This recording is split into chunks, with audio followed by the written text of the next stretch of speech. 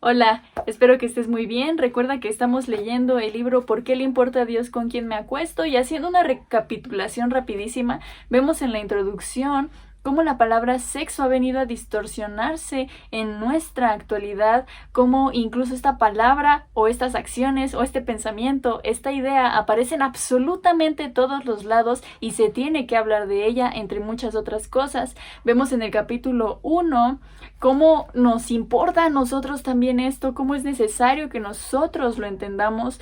Ponemos o se nos enseñan ejemplos de Jesús, ejemplos del rey David y todo lo que tú y yo sabemos que ya hemos visto. Y ahora vamos en el capítulo número 2, ¿qué valor tiene una niña pequeña? Y sin más rodeos vamos a leerlo. Capítulo 2. ¿Qué valor tiene una niña pequeña? Rachel Den Hollander se hizo famosa durante el juicio de Larry Nassar. Nassar fue osteópata en la Michigan State University y después fue el médico del equipo nacional de gimnasia de Estados Unidos, y fue juzgado por agredir sexualmente a docenas de mujeres jóvenes y de niñas. Den Hollander hizo una declaración impactante en el juicio y algunos extractos de esta se hicieron virales online. La parte más importante de su declaración ante el juez era una dura pregunta. ¿Qué valor tiene una niña pequeña? Le pido que dicte una sentencia que nos diga que lo que nos hicieron es importante, que somos visibles, que valemos mucho, que merecemos la máxima protección que pueda ofrecer la ley, el máximo grado de justicia disponible. Y a todos los que nos están viendo, les formulo la misma pregunta. ¿Qué valor tiene una niña pequeña? Concluía con estas palabras. Juez Aquilina, le ruego que mientras delibera sobre la sentencia que dictará contra Larry, transmita el mensaje de que estas víctimas tienen un inmenso valor. Con esto, satisfará los dos objetivos de este tribunal. Le ruego que imponga la sentencia máxima según el acuerdo negociado de aceptación de culpabilidad, porque eso es justo lo que merecen estas supervivientes. ¿Qué valor tiene una niña pequeña? Esta es una pregunta a la que Jesús da una respuesta clarísima. Es tan valiosa que es incluso invaluable. Por lo tanto, su integridad sexual es enormemente importante para él. Jesús dice lo que dice sobre el sexo en el Sermón del Monte, no porque tenga un concepto ínfimo del sexo, sino porque tiene un concepto muy elevado de la sexualidad humana. A menudo ha pasado que algunas personas han rechazado el cristianismo debido a su concepto supuestamente mojigato de estos asuntos. Pero, ¿qué pasaría si en realidad fuera al contrario? ¿Y si en el fondo nuestra integridad sexual fuera mucho más preciosa de lo que habíamos podido imaginar? Un escritor ha comparado nuestro concepto de la sexualidad con nuestra actitud frente a tener distintos tipos de coche. Cuanto más caro es el coche, mejor intentamos cuidar de él. Yo me identifico con esto. Hace cosa de un año ejercí como miembro invitado del profesorado de una universidad estadounidense durante un semestre y necesitaba un coche para desplazarme. Un amigo me ofreció amablemente el uso de su vieja camioneta siempre que la necesitase, lo cual fue un acto de generosidad, no exento de cierta imprudencia. Yo soy británico y en mi vida había conducido en Estados Unidos, de modo que siempre existía el riesgo constante de que me metiera por el carril equivocado de la carretera. Pero luego resultó que eso no era un riesgo tan grande. No porque mi habilidad como conductor fuera mejor de lo que me esperaba, sino debido al estado de la camioneta. Era vieja, pero vieja de verdad, y había superado con creces su esperanza de vida. Daba igual lo que pudiera pasarle. No tenía mucho valor para mi amigo, de modo que, por lo que a él respectaba, podía circular por donde quisiera y pasármelo en grande.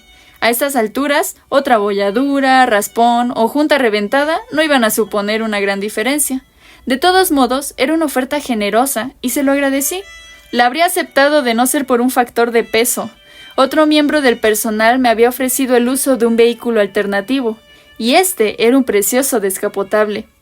No me lo podía creer. Digamos simplemente que en el caso de ese coche, sí que sería importante cómo lo condujese. Valía muchísimo más que la camioneta. No tenía ni un raspón en ninguna parte, y yo tenía que mantenerlo como estaba. Merecía que lo cuidase con esmero. En otras palabras, tener un cuidado exhaustivo de algo suele ser indicio de su valor especial, una señal de cuánto lo valoramos. Si yo, como cristiano, tengo mucho cuidado con el uso que le doy a mi cuerpo, quizá pienses que lo hago porque tengo un concepto bajo de la intimidad física. porque creo que en cierto sentido es desagradable o degradante. En realidad, lo hago porque considero que los cuerpos, el mío, el tuyo y el de todo el mundo, son como descapotables, no como camionetas hechas polvo. Soy muy cuidadoso con la intimidad física, no porque la valore muy poco, sino porque la valoro muchísimo. ¿En qué nos hemos equivocado? La realidad es que los creyentes cristianos no siempre han comprendido o reflejado con precisión este paradigma de la sexualidad humana. El estereotipo de que los cristianos son mojigatos y negativos respecto al sexo tiene cierta base en la experiencia, porque con el transcurso de los años algunos cristianos lo han perpetuado. Un ejemplo lo hallamos en la Edad Media. Las autoridades de la Iglesia prohibieron el sexo los jueves, el día en que Cristo fue arrestado, los viernes, el día de la muerte de Cristo, los sábados, en honor a la Virgen María, y los domingos, en honor a los santos difuntos. Es difícil eludir la sensación de que en esa época los líderes cristianos no les gustaba nada que la gente tuviera relaciones sexuales. Imagino a algunos de ellos rompiéndose la cabeza para inventarse algún motivo para abstenerse del sexo los lunes, los martes y los miércoles. Hoy en día prácticamente nadie llegaría a ese extremo, pero sigue dándose el caso de que dentro de la Iglesia hay muchos que siguen creyendo que el sexo es algo malo, pero esto no es más que una idea errónea. Hace algún tiempo di una conferencia en una iglesia sobre un pasaje bíblico que hablaba del sexo, y cuando acabó la reunión se me acercó un miembro de la congregación, inquieto, para decirme que el sexo no es un tema idóneo para tocarlo un domingo por la mañana. Intenté hacerle ver que la propia Biblia habla mucho del sexo y de la sexualidad, y que originariamente este pasaje, junto con el resto de la epístola a la que pertenecía, se habría leído en voz alta a la iglesia a la que iba destinado. Con frecuencia, la Biblia es menos mojigata que algunos de sus afanosos lectores. Pero aunque algunos cristianos aún sigan esta línea, la Biblia demuestra enfáticamente que no está en contra del sexo, sino todo lo contrario. Podemos apreciar una pincelada de la perspectiva bíblica más equilibrado en la enseñanza del apóstol Pablo, autor de buena parte del Nuevo Testamento. En una de sus cartas a la iglesia de una ciudad llamada Tesalónica, en lo que hoy día es Grecia, Pablo empieza a esbozar algunas de las implicaciones de la fe cristiana para la vida cotidiana, y empieza hablando del área de la sexualidad humana. Pues la voluntad de Dios es vuestra santificación, que os apartéis de fornicación. Primera de Tesalonicenses 4:3. Este versículo resume el concepto bíblico del sexo. Pablo no dice evitad toda conducta sexual, como si el sexo fuera un problema en sí mismo y los cristianos debieran evitarlo. Esto es importante. Los cristianos sí creen que hay una categoría de conducta sexual que está mal. En realidad, todos nosotros lo creemos, como veremos más adelante. Pero también existen tipos de conducta sexual que en la Biblia se consideran plenamente positivos y correctos. De hecho, la Biblia celebra estas formas de intimidad sexual. No es en absoluto mojigata en el sentido que muchas personas imaginan.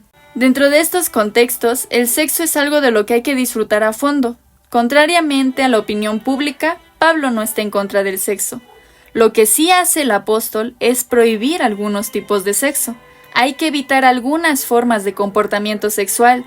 Pablo dice que existe algo llamado inmoralidad sexual y urge a los lectores a que le eviten a toda costa. Restricciones y libertades. Es posible que muchas personas pongan los ojos en blanco al leer esto.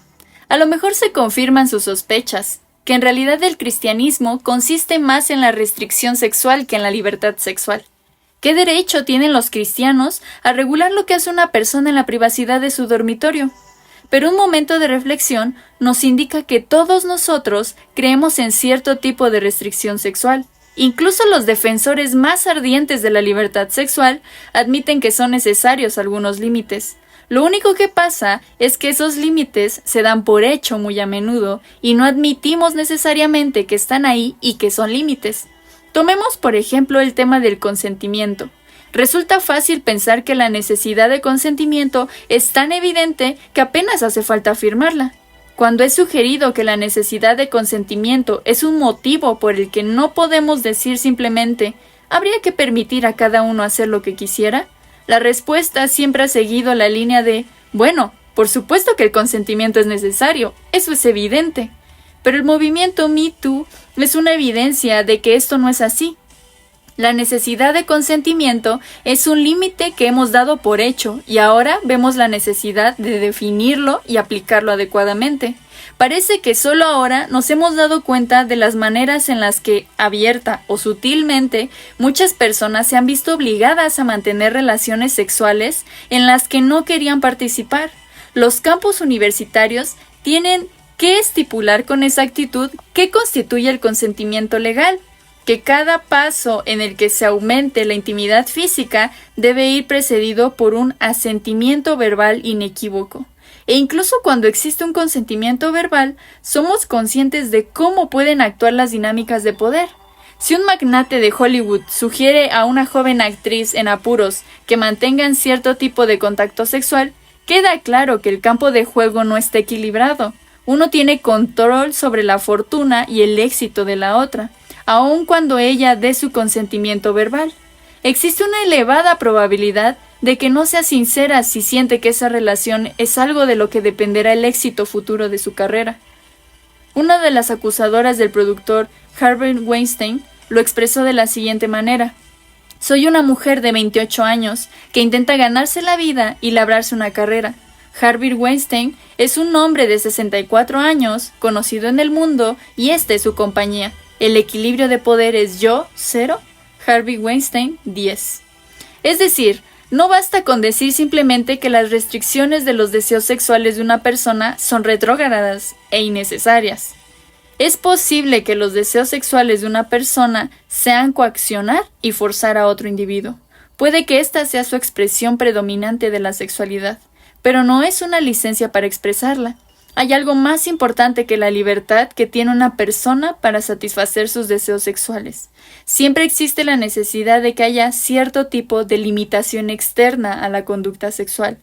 El otro límite que solemos dar por sentado, que es necesario, es que las partes que consienten sean dos adultos. Admitimos que los menores son tan vulnerables que incluso si prestan su consentimiento no podemos pensar que se haya obtenido sin que medie cierto tipo de coacción o de manipulación. De modo que, de forma correcta, establecemos límites legales al contacto sexual, incluso en el caso de adolescentes mayores que todavía no son adultos del todo.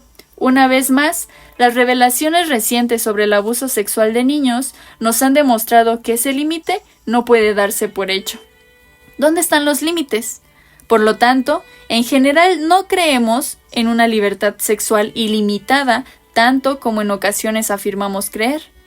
La cuestión no es si debería haber restricciones sobre lo que un individuo puede hacer sexualmente, sino cuáles son esas restricciones. Todos creemos en la necesidad de que existan. La cuestión es cuáles deben ser. Todos estamos de acuerdo en que existen conductas sexuales inmorales. No todos los deseos sexuales son igual de saludables, nobles o correctos. Hay tipos de conducta sexual que son perjudiciales. Todo el mundo necesita tener cierto grado de autocontrol sobre sus deseos sexuales. Por consiguiente, lo que es distintivo del concepto cristiano de la ética sexual no es la presencia de límites, sino dónde están esos límites y por qué. La cuestión no es que los cristianos estén a favor de la represión sexual y otros sean adalides de la libertad sexual. Nadie aboga por la libertad sexual plena y todo el mundo cree que hay que resistirse a determinados deseos sexuales. Lo que tenemos que hacer es examinar cada conjunto de límites y evaluar hasta qué punto son sólidos sus razonamientos. Los límites más amplios no son necesariamente mejores, igual que los más estrechos no son necesariamente peores. Descartar el concepto cristiano de la ética sexual como algo meramente restrictivo es pura hipocresía. Nuestra reciente conciencia creciente de la prevalencia y de las consecuencias de la agresión sexual nos hace más que subrayar la importancia que tienen los límites.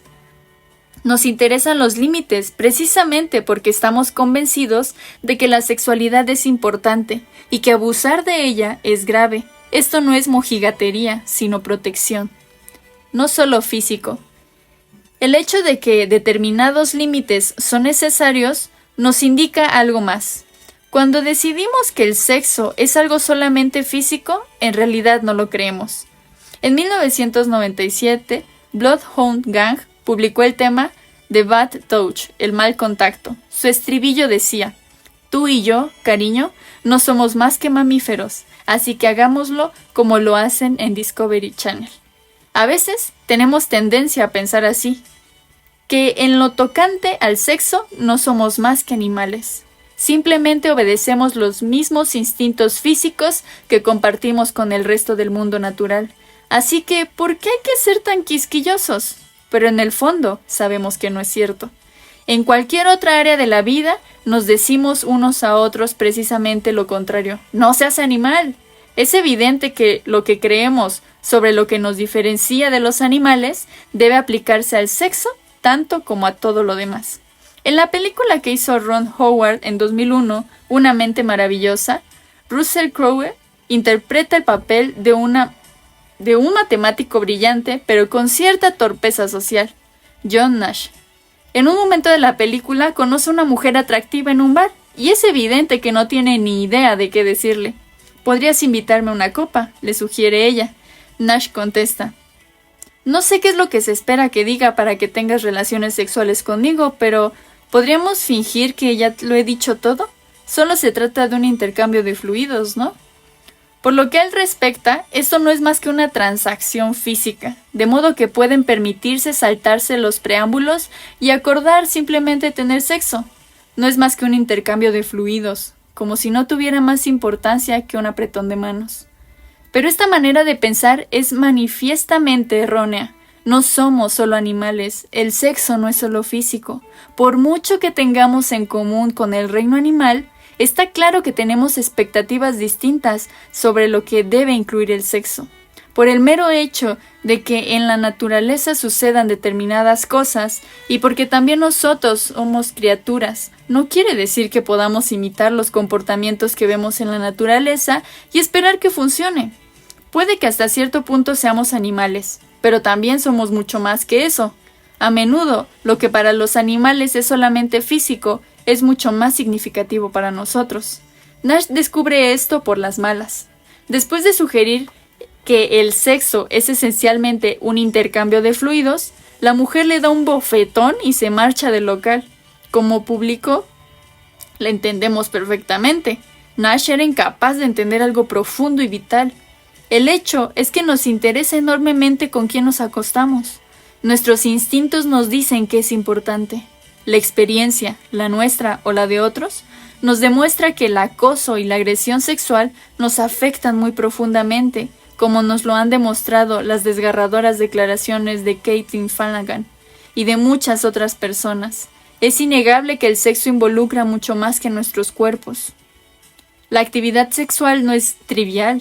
Según parece nuestra manera de concebir la sexualidad humana, hay tanto en juego que es justo decir que en realidad el sexo casual no existe. El escritor y orador Glenn Scrivener me comentó en cierta ocasión que el sufrimiento de una agresión sexual no es el dolor propio de una raspadura en la rodilla, sino el trauma de un espacio sagrado que se ha profanado. Es posible que nuestros cuerpos no sean juguetes, sino más bien templos. Y estas son cosas que podemos percibir. A veces la experiencia nos obliga a admitirlas. Por sorprendente que parezca, la Biblia dispone de los recursos que nos ayudan a explicar realmente los sentimientos y experiencias. Es indiscutible que es importante con quién nos acostamos. La fe cristiana, más que cualquier otra, nos demuestra por qué es así, porque a nuestro Creador le interesa profundamente.